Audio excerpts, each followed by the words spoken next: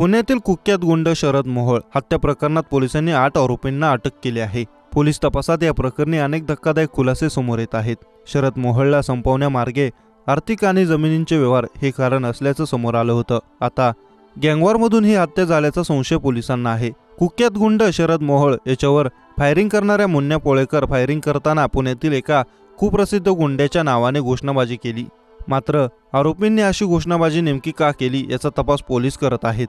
आरोपींना दुसऱ्या एका गुंडाच्या नावाने घोषणाबाजी करून पोलिसांचा तपास भरकटवायचा आहे का, की त्यांना खरंच दुसऱ्या एका गुंडाने शरद मोहोळला संपवण्याची सुपारी दिली होती का, याचा तपास आता पोलीस करत आहेत।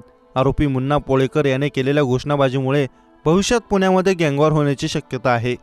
शुक्रवारी 5 जानेवारी रोजी पुण्यातील कोथरूड परिसरात असलेल्या सुतारदराजवळील गुंड शरद मोहोळ यांच्या केबल ऑफिस समोर त्यांच्यावर गोळीबार करण्यात आला होता।